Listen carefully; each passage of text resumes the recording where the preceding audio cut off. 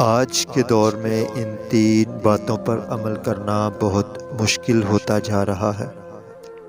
اپنے نفس سے کسی کو حق دلوانا، ہر وقت ذکر الہی میں مشغول رہنا، دوسرے بھائی کی حاجت روائی کرنا۔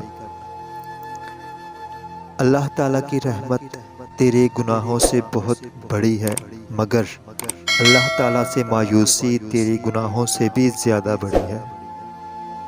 اے لوگو، مجھے تم پر دو چیزوں کی فکر رہتی ہے: لمبی امیدیں لگانا، اپنی خواہشات کے مطابق چلنا۔ آدمی کی حفاظت اس کی موت کیا کرتی ہے۔